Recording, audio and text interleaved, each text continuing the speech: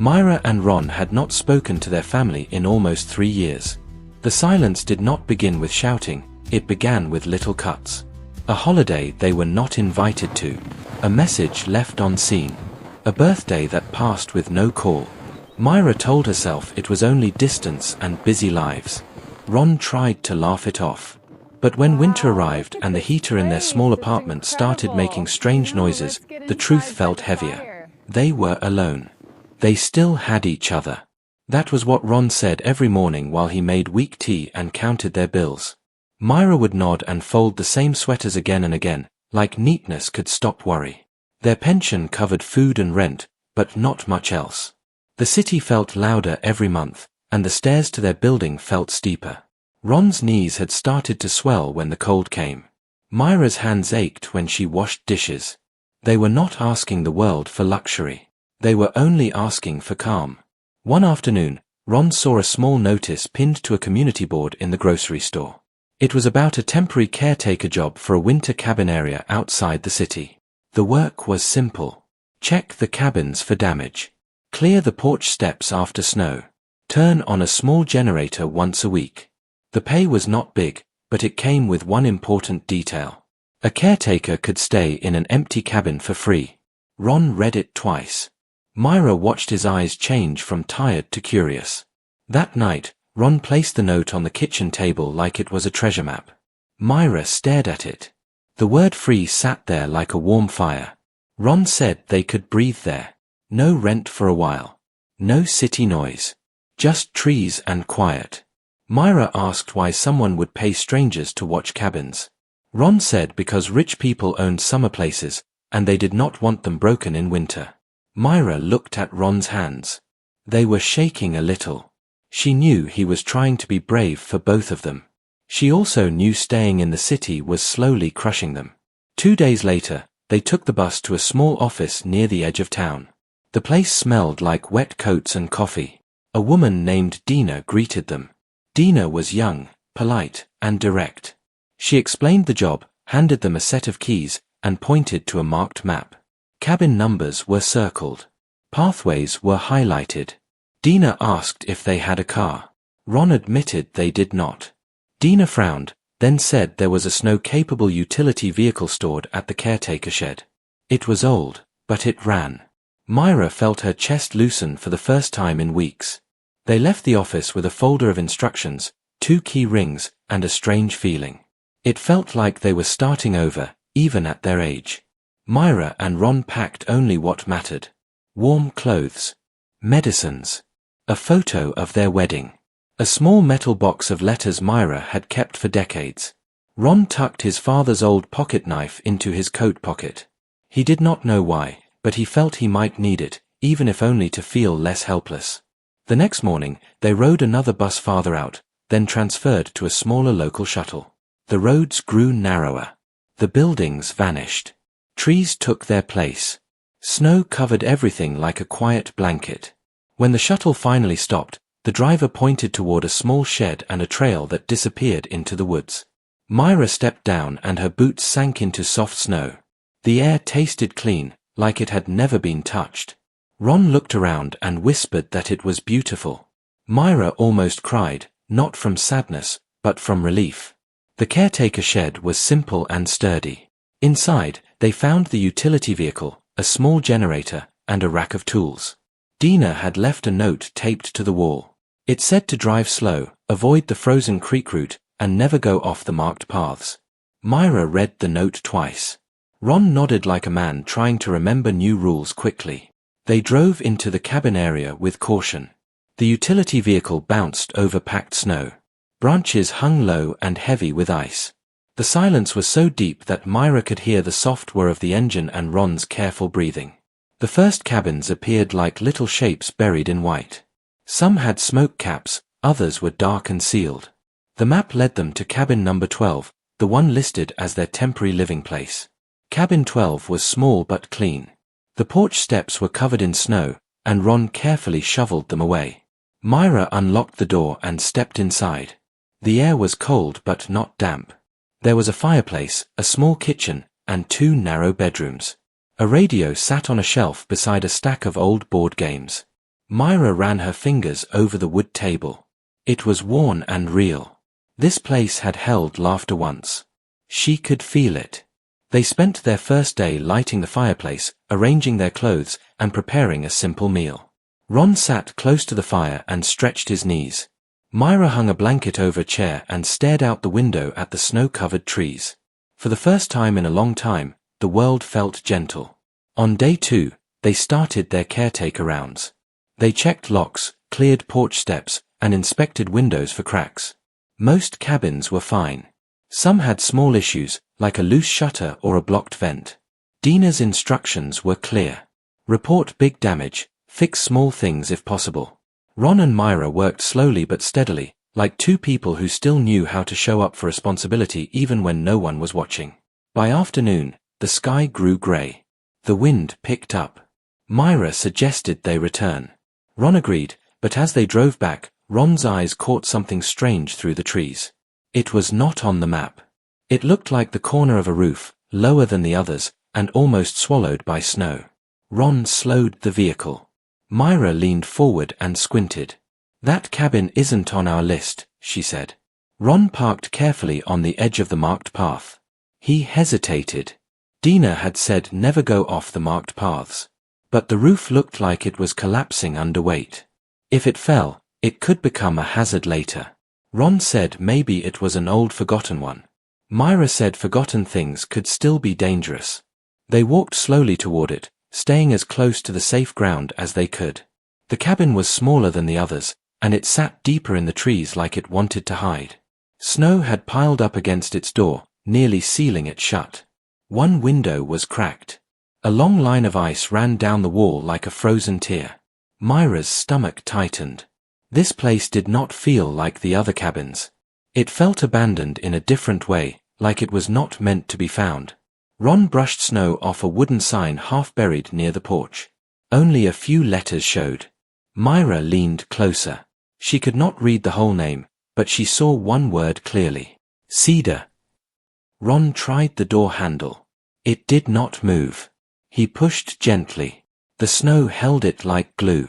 Myra used a small shovel to clear the bottom. Ron pushed again, harder. The door gave a little, then stopped. Something was blocking it from inside. They looked at each other. Myra whispered that maybe animals were inside. Ron said they should leave. But then Myra noticed something else. Fresh footprints. Not theirs. Not animal tracks either. They were human, and they were recent. The edges were not softened by new snow. Myra's voice dropped. She said someone had been here. Ron's face turned serious. His hand went to his pocket, touching the old pocket knife through the fabric, not to use it, but to steady himself. Then Ron heard a sound. A faint clink, like metal touching metal, coming from inside the snowed cabin. Myra stepped back. Ron whispered that they should return and tell Dina. Myra nodded, but her eyes were stuck on that cracked window. Behind it, something dark moved, only for a second, like a shadow pulling away. Ron grabbed Myra's hand. They turned to go. But as they stepped away, the wind shifted, and the cracked window reflected a sharp flash of light from inside. It looked like a small blue glow, like a screen turning on in the darkness. Myra's heart raced. Someone was inside. Or something was operating inside. Ron and Myra hurried back to the utility vehicle, breath visible in the cold. Ron started the engine with shaking fingers.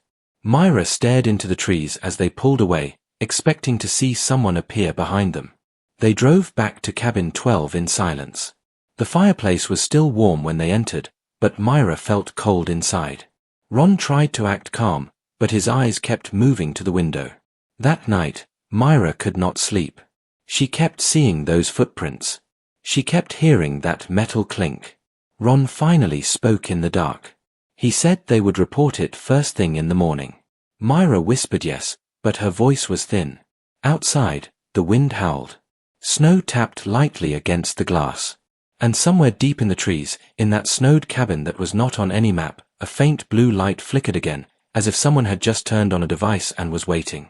Myra woke before dawn because the cold felt sharper than the night before and her heart felt uneasy, like it was trying to warn her about something she could not name. Ron was still asleep beside her, breathing slow and heavy, but even in his sleep his face looked tense, like his mind was still walking through the dark forest and that strange hidden cabin. Myra slowly sat up and listened to the quiet outside. The wind had stopped and the snow rested like a blanket over everything. She pulled on her sweater and walked to the small window, and when she looked out she saw only pale light and still trees, yet she could not shake the feeling that something was watching from far away. Ron soon woke and asked why she was up, and Myra told him she could not sleep because her thoughts were loud, and Ron nodded because his own mind felt the same. They made tea and sat by the fire and talked softly about the hidden cabin and the blue glow and the footprints, and both agreed they should report it to Dina before going back there, yet something inside both of them knew that whatever was inside that cabin would not be simple. After breakfast they took the utility vehicle toward the office to speak with Dina. The road was slow and icy and the trees looked taller and darker than yesterday. When they reached the small office, Dina was already there typing on her desk. Ron explained what they saw and Myra described the footprints and the strange light. Dina listened quietly and her smile faded. She pulled out the map and searched for the area Ron pointed to, but that cabin was not marked at all. Dina said, "There should be no unlisted buildings there," and her voice sounded worried. She told them she would report it to the owners and a local patrol, but she also asked them not to go back until someone checked it. Ron and Myra agreed, but when they drove back toward the caretaker area something strange happened. As they passed the tree line near the hidden cabin, the utility vehicle engine began to shake and then stopped. Ron tried to restart it, but it would not move. Myra felt fear rise in her chest because the silence around them felt too heavy. They were not far from the hidden cabin and the path felt suddenly narrow. Ron stepped out to check the engine and found nothing wrong, yet it would not start again. Myra stayed inside gripping her bag and staring into the woods. Then she saw something that made her breath stop, a thin trail of smoke rising between the trees. It was coming from the direction of the hidden cabin, which meant someone was there right now. Ron saw it too and looked at Myra, and neither of them spoke because the truth was clear. They could not drive away and they were not safe sitting in a broken vehicle in the middle of nowhere. Ron said they should walk back to cabin 12, but Myra shook her head because the smoke meant someone was active and whatever was inside that cabin could be dangerous or could need help. She did not know which scared her more. They walked slowly toward the hidden cabin, staying close together. The snow crunched under their boots and every sound felt loud. When they reached the door, it was now open, just a small gap, but enough for warm air to escape. Ron called out in a calm voice asking if anyone was inside. There was no reply, only the soft hum of something running. Myra pushed the door open carefully and warm air rushed over them, and inside they saw a small room lit by a blue glow from a screen on a metal table. Wires ran across the floor and into several locked cases. The walls were lined with old wooden shelves and on them were small boxes stacked neatly like someone had planned everything with care. There was no person in sight, but the air felt used, like someone had been there moments ago. Ron whispered that they should leave, but Myra saw a large open case near the table and inside it were rows of thick paper bundles wrapped with bands. She picked one up and her hands began to shake because she knew what it was: money, more than she had ever seen in her life, stacked like bricks. Ron stared in disbelief and neither of them could speak for a moment. The blue screen suddenly changed and showed numbers and symbols that meant nothing to them, but it felt important. Myra stepped back in fear because she realized this place was not just abandoned, it was active and someone had left something valuable here. Then they heard footsteps outside and both froze. Ron gently closed the door, but it was too late. The footsteps stopped right outside the cabin and a shadow passed across the cracked window. Myra held her breath as the door slowly opened from the other side. A man stepped inside, tall and thin, wearing a heavy coat. His face was tired and his eyes looked sharp. When he saw Ron and Myra he stopped moving and for a long second no one spoke. Then the man raised his hand slowly and said he did not want trouble. His voice was calm but strained. Ron told him they were caretakers and this cabin was not on their map, and the man nodded and said it was not meant to be. He explained that this place held something that many people wanted and that it was safer hidden away from the world. Myra asked what it was and the man looked at the open case of money inside and said it was a fund meant to protect a group of people who had nowhere else to turn. Ron did not understand, but he knew this was more than a simple cabin. The man said he had been guarding it alone for years and that no one was supposed to find it, but the snow and time had worked against him. Myra saw sadness in his eyes, not anger, and that made her feel strangely safe. He said he was tired and that he could not keep watching it forever, and when he looked at Ron and Myra something changed in his face, like hope trying to wake up. Before he could speak again, a loud noise came from outside, the sound of engines moving through snow. The man went pale and said others were coming and that they were not kind. Ron asked who they were, but the man said there was no time and that if they wanted to live they had to hide.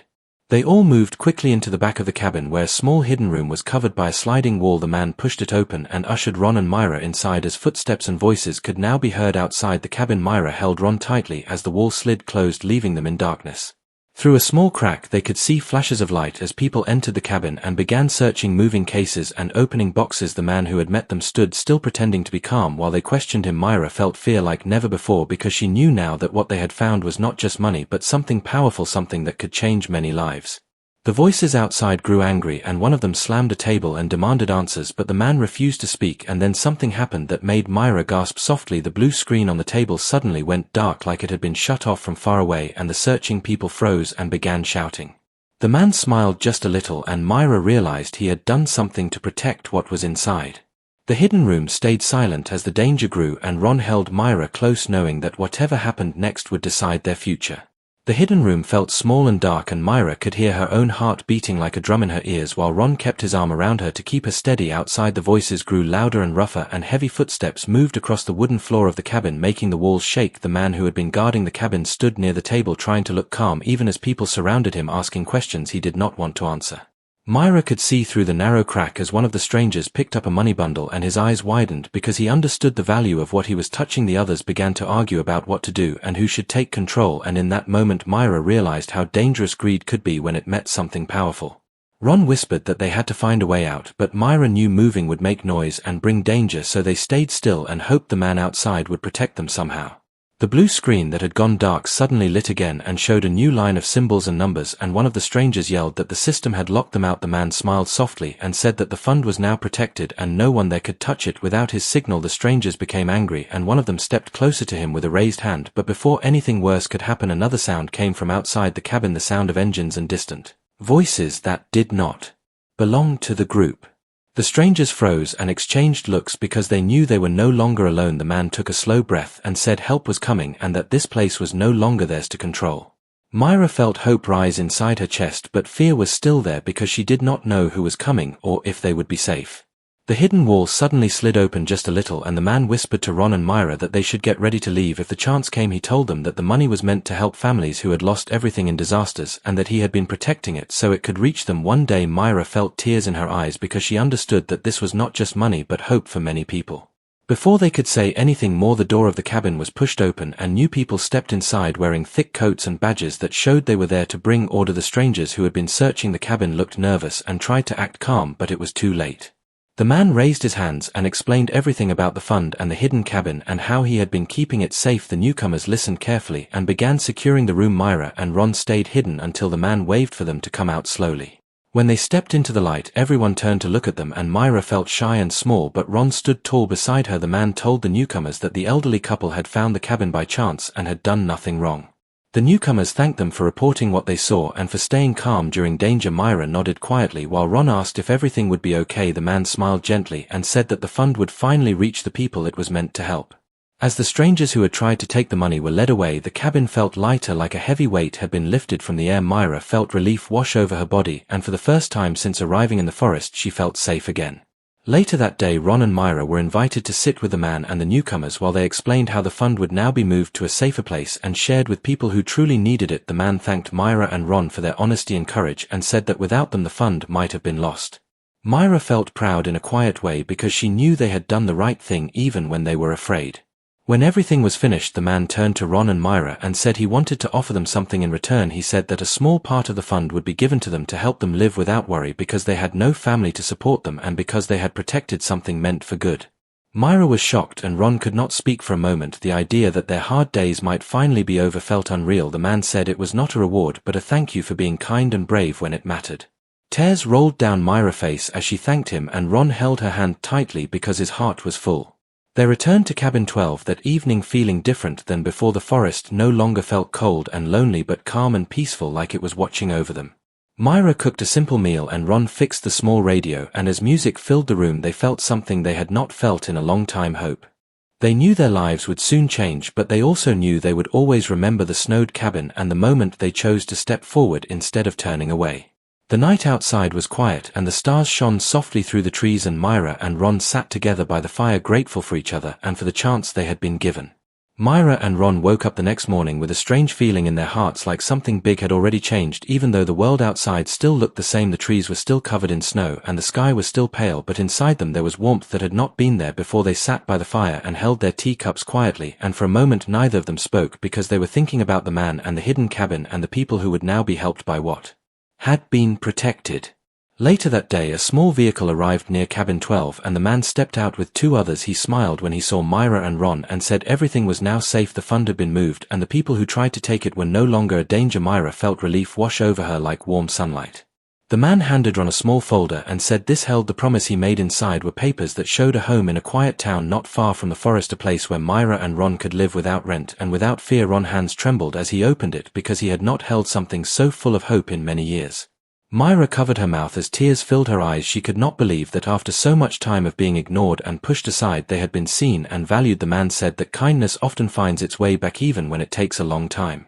They spent their last days in the forest, slowly packing and saying goodbye to the place that had changed their lives. Ron fixed small things around cabin 12 like he always did, and Myra cleaned the shelves with care because she wanted to leave it as kind as it had been to them. Before leaving, they walked one last time past the place where the hidden cabin had stood, but now it was gone. Only a smooth layer of snow remained, like it had never been there. Myra felt a strange mix of sadness and peace, because some stories were meant to fade once their purpose was done. They traveled to their new town with light hearts and small bags. The home waiting for them was simple but warm and filled with sunlight through wide windows. Myra touched the walls like she was afraid it might disappear, and Ron laughed softly because he felt the same. Soon neighbors came to greet them, offering smiles and warm words, and for the first time in years Myra and Ron felt welcome. They were no longer the forgotten couple, they were part of something again. Days passed gently. Myra started a small garden and Ron helped people in the town with small repairs, and their kindness spread quietly from house to house like a soft wind that carried comfort. One evening a letter arrived from the man. It said that the fund had already helped many families and that their choice to step into the snowed cabin had made all the difference. Myra held the letter close to her heart and Ron read it twice because it made him feel proud. They sat together by their window watching the sunset paint the sky in warm colors, and Myra said that even though their family had turned away, the world had given them something better, a new beginning. Ron squeezed her hand and agreed.